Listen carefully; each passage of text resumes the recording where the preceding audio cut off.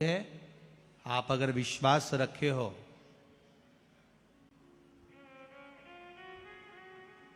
सफेद आंकड़े की जड़,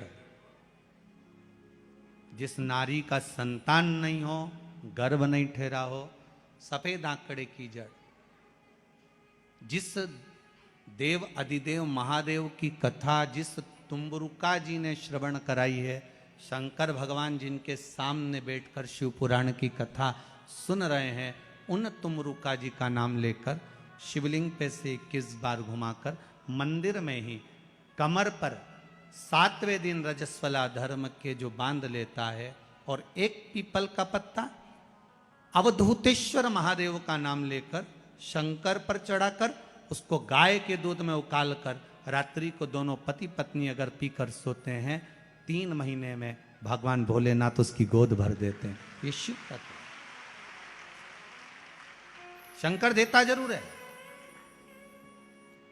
माता अंजना के यहां स्वयं शिव महापुराण की कथा कहती है, स्वयं शास्त्र वर्णन करता है, माता अंजना माता के गर्भ से संतान नहीं हुई। 42 वर्ष की माता अंजना हो गई थी और 42 वर्ष की होने के बाद भी माता अंजना के गर्भ से संतान नहीं थी। जब संतान नहीं हुई तब बार बार निवेदन करा महाराज केसरी से, तब नहीं संतान हुई तब अपने पिता से जाकर निवेदन करा, पिताजी गौतम बाबा से निवेदन करती है माता अंजना कि मेरे गर्भ से संतान नहीं, मुझे औलाद नहीं, क्या करूं? तब गौतम बाबा ने कहा एक पार्थिव शिवलिंग का निर्माण करो, मिट्टी का शिवलिंग बनाओ, उसकी पूजन करो। और माता अंजना उस मिट्टी के शिवलिंग के पूजन में ऐसी लीन हो गई कि मिट्टी का शिवलिंग का निर्माण करती, पूजन करती। एक बार देवाधिदेव महादेव ने कह दिया, जाओ पार्वती जरा जाकर पूछो कि अंजना को चाहिए क्या,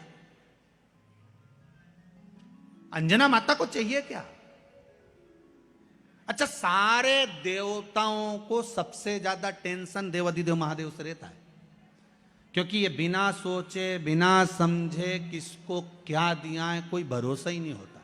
एक बार तो ब्रह्मा जी ने खुद ने कह दिया, साहब हमको तो इस्तीफा दे दो, हमको नौकरी करना ही नहीं बैकुंठ में बिल्कुल भी। तो भगवान विष्णु ने पूछा हुआ क्या? बस प्रभु, राजा श्वेत की अंतिम समय, प्राण छूटने का दिन, उसको यमराज लेने के लिए गए और देवाधिदेव महादेव वहां खड़े हो गए और क्या क्या लेके मत चले जाना, उसकी अंतिम सांस, और क्या क्या लेके मत जाना। और मेरा बेटा जब लाने लगा तो उसके प्राणों को हर लिया, यमराज ही मर गया।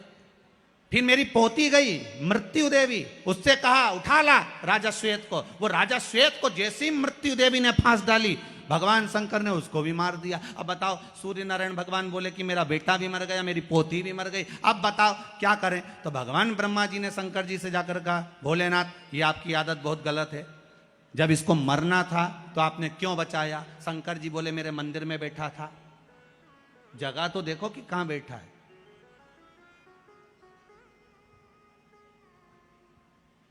ब्रह्मा जी ने भगवान विष्णु से कहा हमको ये काम नहीं करना, आप तो हमारा इस्तीफा स्वीकार करो। भगवान विष्णु ने शंकर जी से कहा, भोलेनाथ जी अब इनके बेटे को, सूर्य नारायण के पुत्र को और पोती को जीवित करो। शंकर भगवान करे एक शर्त पर जीवित करूंगा,